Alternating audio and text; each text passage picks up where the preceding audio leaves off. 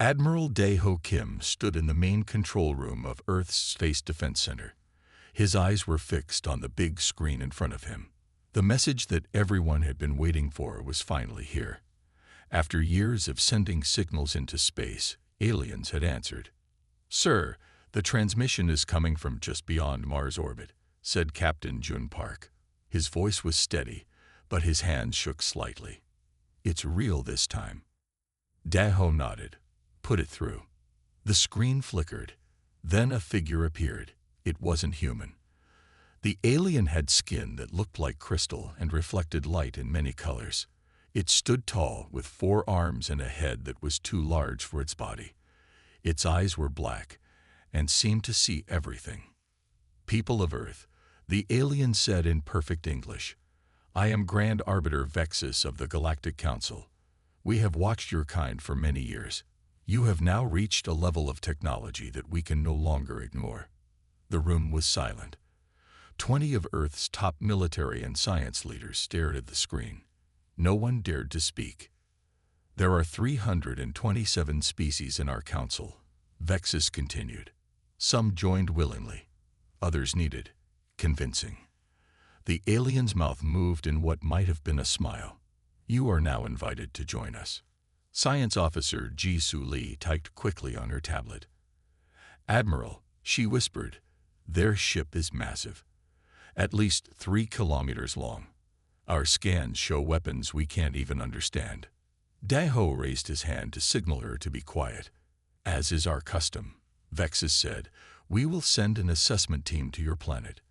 They will determine what tribute Earth can offer the Council. This is a great honor. Many worlds wait centuries for such recognition." "Tribute," Dae-ho finally spoke.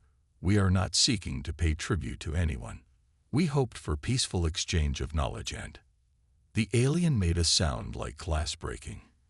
It took a moment for the humans to realize it was laughter. "Admiral Kim," Vexus said, and everyone froze at the realization that the aliens already knew their names and ranks. "All worlds pay tribute. That is the way of the galaxy. Those who refuse—" The alien paused. "Well, they are not part of the galactic community for long." The threat was clear. "Our assessment ship will arrive in 3 of your Earth days," Vexus continued. "Prepare your leaders. The Council's decision is final." The screen went black. The room erupted into shouting and movement. Some officers ran to their stations, others called their governments. Dae-ho remained still, looking at the dark screen. Jum approached him. "Sir, what do we do?" "We prepare," Dae-ho said. "Contact all nations. I want every weapon we have ready. But keep them hidden." He turned to Ji-Soo. "What do you think they want from us?" "Resources, probably," Ji-Soo said. "Maybe technology. Maybe." She hesitated. "Maybe what?" "Maybe people, sir.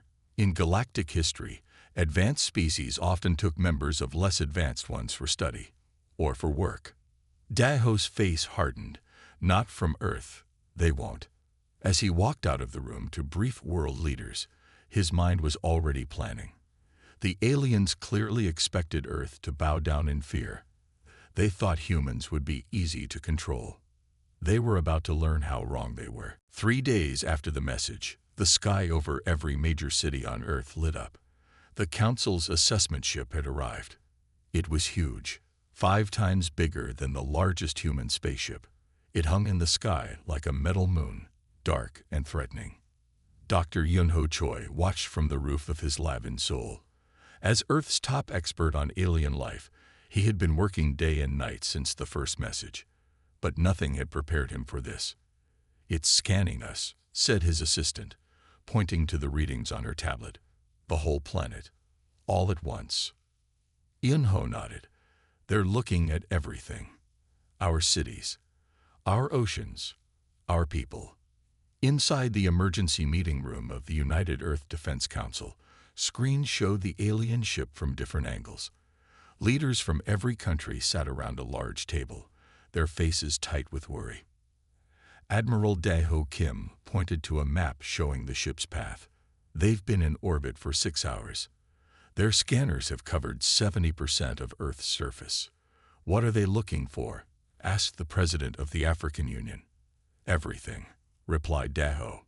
Resources, technology, military strength, how many people we have, how we live. Diplomat Su Bin Kang stood up.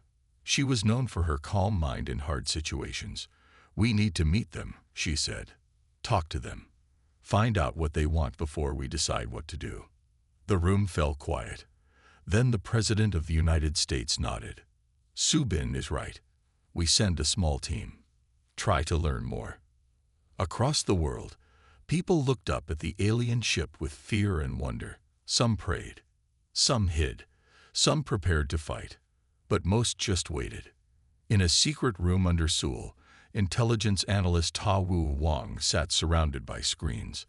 The council had allowed Earth access to some of their historical records.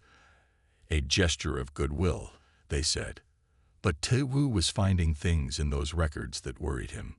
Look at this, he said to Ji Su Lee, who had come down from the Space Defense Center. Planet Xerix refused to pay tribute 200 years ago. Then, nothing. No more records of it. Ji Su leaned closer. Maybe they just left the council. No. Ta Wu pointed to another screen. Planet Neris. Same thing. Refused tribute. Then disappeared from all council records. He looked at her with serious eyes. I found 7 planets like this, all gone after they said no to the council. On the main screen, a message appeared. The alien ship was sending down a shuttle. They wanted to meet Earth's leaders. In New York City, at the United Nations building, Su Bin Kang prepared to meet the aliens. She wore her formal diplomat clothes and carried a small device in her pocket that would record everything. Remember, Admiral Kim told her before she left, learn what you can. Don't promise anything. Su Bin nodded. What if they ask for something we can't give? Daho's face was hard. Then we'll have to find a way to make them leave without it. As the alien shuttle came down through the clouds over New York, people all over the world watched on their screens. This meeting would decide Earth's future. The shuttle landed with a soft hiss. A door opened, and for the first time, aliens stepped onto Earth's soil. Su Bin took a deep breath and stepped forward to meet them. The United Nations meeting hall had never been so quiet. 7 aliens walked into the room, each one different from the others. Some had scales, some had fur. One looked like it was made of living metal. Another seemed to float above the ground. Their leader, who called himself Sub-Arbiter Zenith, was tall and thin with blue skin that glowed slightly. His 4 eyes moved around the room, looking at each human. We thank you for this welcome, Zenith said in a voice that sounded like 3 people talking at once. The assessment of your world is now complete. President Min Ho-yoon of South Korea, who had been chosen to speak for Earth, stood up. We hope you found our planet interesting, he said carefully. We look forward to learning about the galaxy from you. Zenith made a sound like bells ringing. It might have been a laugh. Yes, your world has much to offer the Council. And now we will tell you what tribute Earth must pay. The alien pulled out a flat piece of shiny material. When he touched it, it lit up and showed pictures in the air. There were charts, numbers, and strange symbols. Earth is what we call a level 3 civilization, Zenith said. You have basic space travel and global communication. For a level 3 world, the standard tribute is as follows. He touched the shining material again. New pictures appeared. Each year, Earth will give the Council 30% of all rare Earth elements. These include gold, platinum, uranium, and others on this list. He pointed to a long list of metals and minerals. Many of the human leaders looked worried. Some whispered to each other. 30% was a lot. Also, Zenith continued, Earth will provide 25% of biological diversity samples. Plants, animals, bacteria. We find your planet's life forms quite interesting. Su Bin Kang, standing behind President Yoon, wrote everything down. Her face showed nothing, but inside she was worried. These demands would hurt Earth badly. Lastly, Zenith said, Earth will provide 10,000 human specimens each year for cultural and biological integration. The room went completely still. Then it erupted in angry voices. Silence, Zenith shouted, and his voice was so loud that everyone stopped talking at once. This is a standard request. All council worlds provide specimens. It is an honor. President Yoon's hands were shaking, but his voice was steady. What do you mean by specimens? You want to take our people for labor, education, and advancement opportunities, Zenith said smoothly. Many species compete for such positions. Your people will help build the future of the galaxy. Admiral Dae-ho Kim, who was watching from the side of the room, stepped forward. And if we refuse? He asked. The alien turned all four eyes to him. That would be unwise. The Council does not accept refusal. Those who join us prosper, those who refuse. He let the words hang in the air. How long do we have to decide? Asked President Yoon. 3 of your days, Zenith replied. We are being generous. Some worlds are given only hours. The aliens turned and walked out of the room. As the door closed behind them, the human leaders began to argue. Some wanted to give the aliens what they asked for. Others wanted to fight. Many were just afraid. Admiral Kim looked at Subin. We need options, he said quietly. Fast. Subin nodded. I'll contact Colonel Ryu. We need to know more about these aliens, what they really want, and most importantly, their weaknesses. Outside, the alien ship hung in the sky, waiting for Earth's answer. While Earth's leaders talked about what to do, Colonel Jinwoo Ryu was already working on a plan. Jinwoo led Earth's best secret team. They were experts at finding information that others wanted to hide. We need to know more about the Council, Jinwoo told his team. Their real aims, their weaknesses, anything we can use. Hae-yun Song, the team's computer expert, nodded. Her fingers moved quickly over her keyboard. The aliens gave us access to their public records. But I bet there's more they don't want us to see. Jinwoo smiled. Can you get into their private files? Hae-yun thought for a moment. Their computer systems are strange, but all systems have holes. Give me 6 hours. In another part of the building, Dr. Ji-Soo Lee was studying the scans of the alien ship. As a science officer, she knew more about space technology than almost anyone on Earth. What she saw in these scans surprised her. Admiral Kim, she said when he walked in, I found something interesting. She pointed to her screen.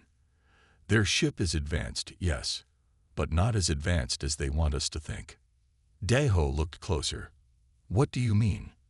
Their weapons are maybe 50 years ahead of ours, not thousands of years like we feared. Ji-Soo showed him more images. And look here, their shield system has patterns, weaknesses we might be able to use. Dae-ho's eyes widened. Keep studying, find every weakness, and keep this quiet. 6 hours later, Hae-yun called Jinwoo to her room. Her eyes were red from looking at screens for so long, but she was smiling. I'm in, she said, and it's worse than we thought.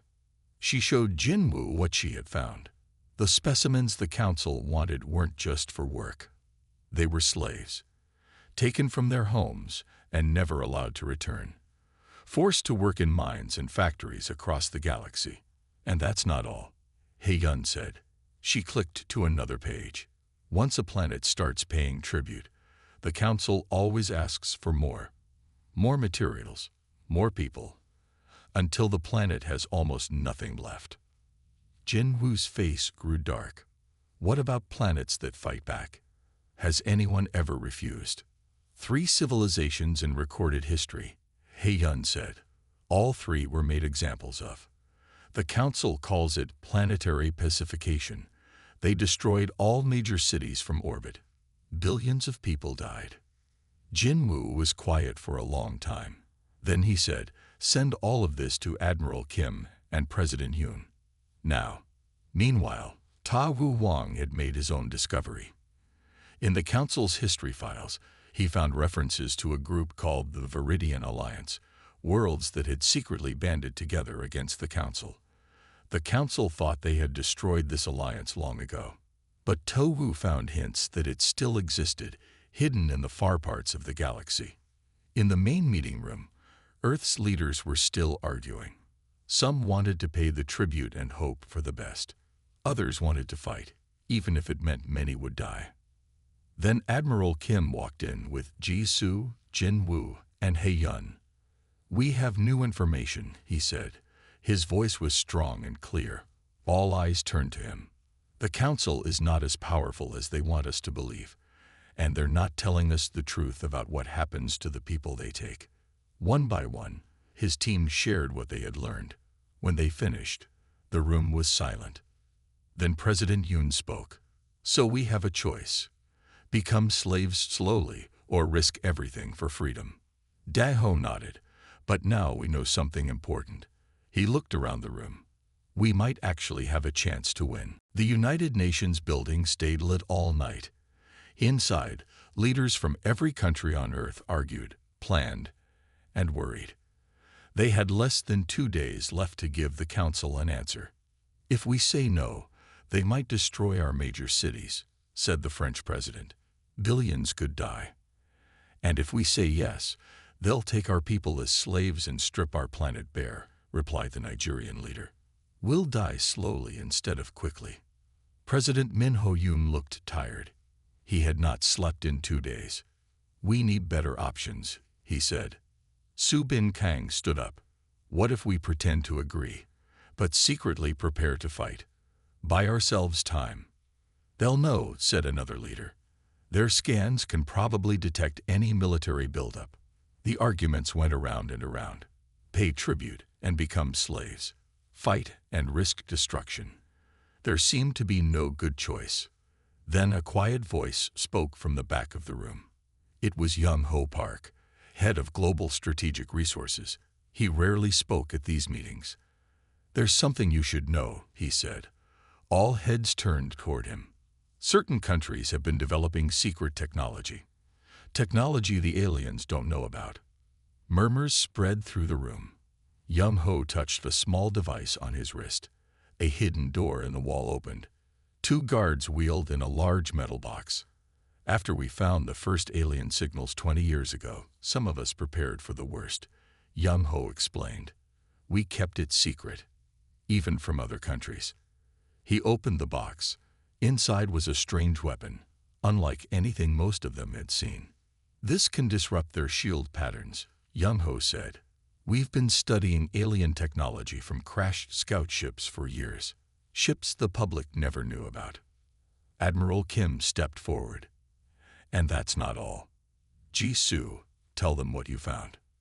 Ji Su Lee's voice was clear and strong.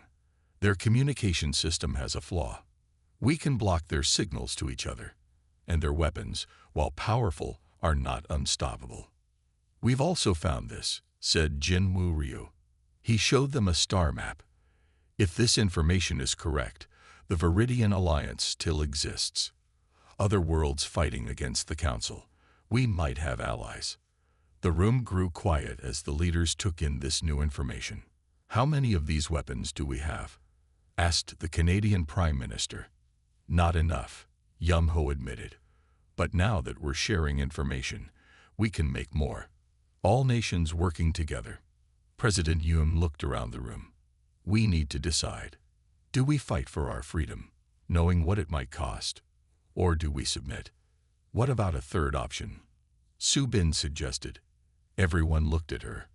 "We say no to their demands, but offer something else instead. A different kind of relationship. Not masters and slaves, but equals." "They'll never accept that," someone said. "Probably not," Su Bin agreed. "But it shows the galaxy that we tried for peace, and it might surprise them enough to make them pause. Give us more time to prepare." Slowly, the leaders began to nod. "If we do this," Admiral Kim said, "we must be ready for war. A war unlike any we fought before." President Yoon stood up straight. His face showed new strength. Then let us prepare. All nations together. And tomorrow, we give the council our answer. As the sun rose over New York, the decision was made. Earth would not surrender its people or bow to threats. Humanity would stand together. And in secret bases around the world, weapons were prepared, ships were readied, and soldiers trained for a fight that would decide the fate of their planet. The day of the deadline arrived. The council's ship still hung in the sky like a dark cloud. In the grand meeting hall of the United Nations, Earth's leaders gathered to give their answer. President Min Ho-yoon stood tall in his best suit. Around him were leaders from every major nation.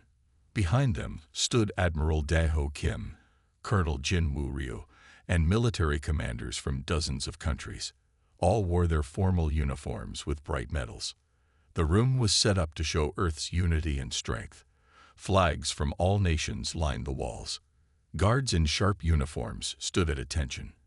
At exactly noon, the alien delegation entered. Sub-Arbiter Zenith led the way, his blue skin glowing slightly. He seemed calm and sure, as if he already knew what Earth's answer would be. "People of Earth," Zenith said, his multi-tone voice filling the room. "The time has come for your answer. Will you join the Galactic Council and provide the required tribute?" President Yoon stepped forward. His face showed no fear. "We have carefully considered the Council's offer," he said in a strong, clear voice. "Earth has prepared its response." Zenith's 4 eyes blinked slowly. One of his long fingers tapped against his leg, the only sign of impatience. Yoon nodded to Subin Kang, who stepped forward with elegant grace. She wore a traditional Korean dress of deep blue silk. In her hands was a small box made of polished wood. Zenith reached out one long arm, clearly expecting Subin to hand over a signed agreement. The aliens had done this many times before with other worlds. They expected fear. They expected surrender. Instead, Subin looked directly into Zenith's 4 eyes and spoke a single word. "No." The room erupted in chaos. The alien delegates clicked and hissed to each other in their own languages. Zenith's skin changed from blue to a dark purple. His voice rose above the noise. "What did you say?" he demanded, though he had heard perfectly well. "I said no," Subin repeated firmly. "Earth refuses your terms." "You misunderstand your position," Zenith sputtered, his usual smooth manner gone. "The Council does not request tribute. We demand it. Refusal is not an option." Admiral Kim stepped forward to stand beside Subin. "We understand our position perfectly," he said. "We know what the Council has done to other worlds that refused. We know about the slavery. We know about the pacification." Zenith's eyes widened in surprise. "How could you possibly?" "We have our ways," Kim said. He nodded to Hae-yun Song, who sat at a computer at the side of the room. Hae-yun pressed a button, and the large screen on the wall lit up. It showed detailed images of Council weapon systems, shield frequencies, and communication protocols. "We've been studying you since you entered our system," Ji-Soo Lee said, joining them at the front. "Your technology is impressive, but not as impressive as you'd like us to believe." The aliens looked at each other in clear alarm. This was not how these meetings usually went.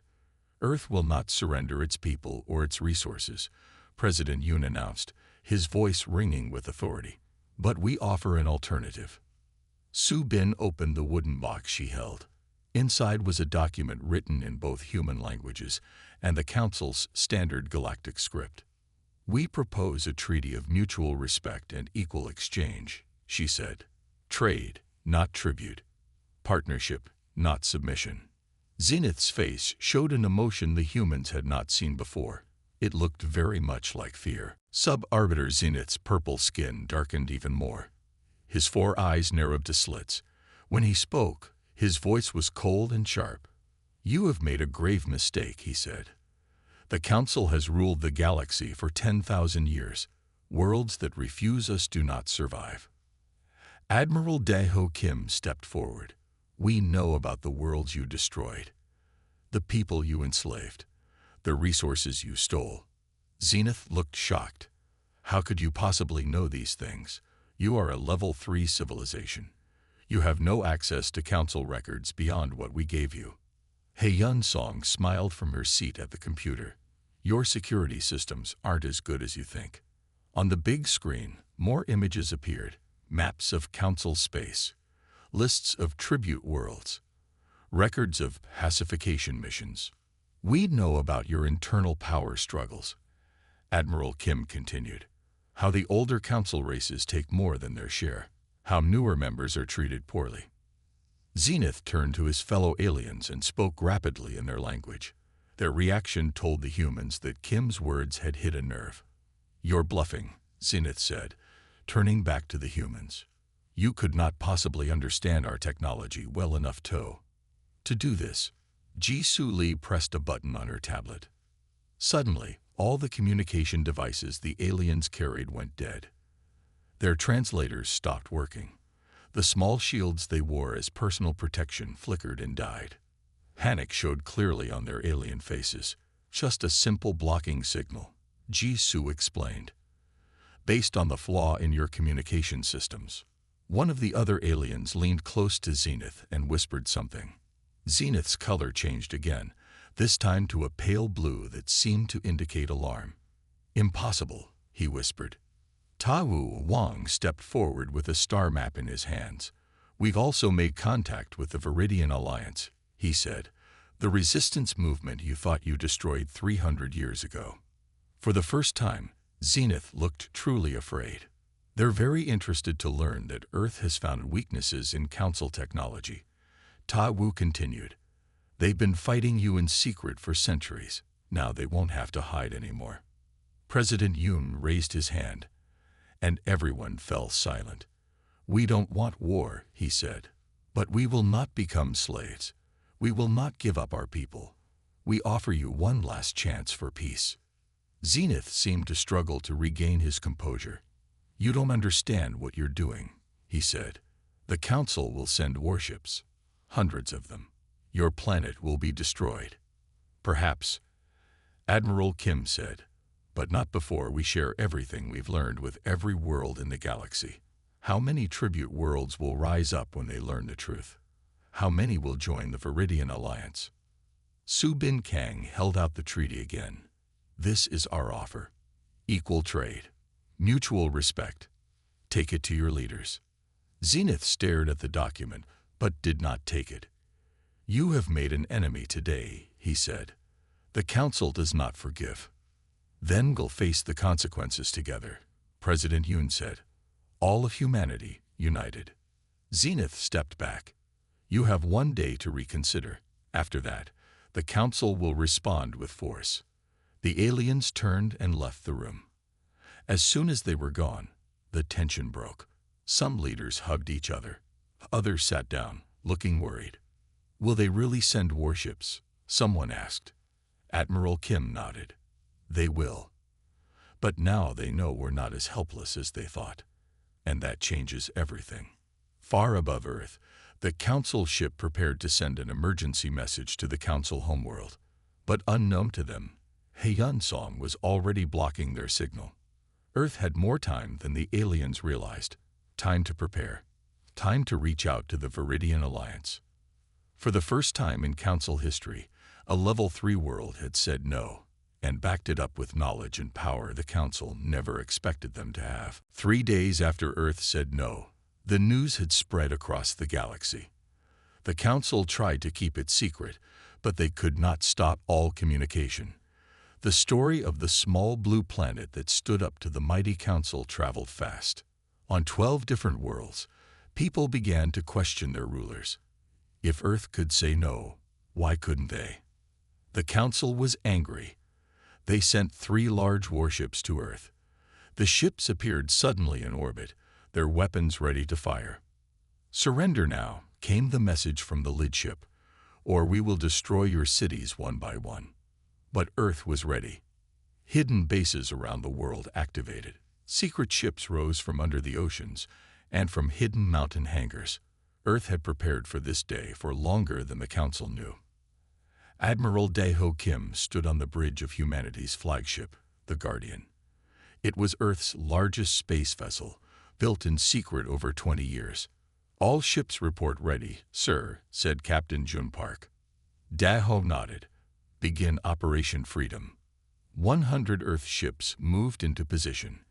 They were smaller than the Council warships, but there were many of them, and they carried weapons the Council had never seen before. On the main screen, a message appeared. It was from Hei-Yun Song. "Shield disruption ready," she said. "On your command, Admiral." Daeho looked at the faces of his crew. They were afraid, but determined. "For Earth," he said. "Activate disruption now." All across the Earth fleet, special devices turned on. They sent waves of energy that matched the patterns Ji-Su Lee had discovered in the Council shields. On the Council warships, alarms sounded. Their shields flickered and weakened. "All ships, attack pattern Alpha," Daeho ordered. Earth's ships moved as one, firing at the weak points in the Council shields. The Council ships fired back, but many of their shots missed as Earth's smaller ships moved quickly. One of the Council ships turned its weapons toward New York City. Before it could fire, 5 Earth ships hit it with everything they had. The Council ship's shields fell, and it began to burn. "We've wounded one," Captain Park said, his voice excited. "It's working." Then a new signal came in. Ships were appearing at the edge of the solar system. Many ships. "More Council warships," someone said, voice filled with fear. But Daeho smiled. "No," he said, "look at their markings."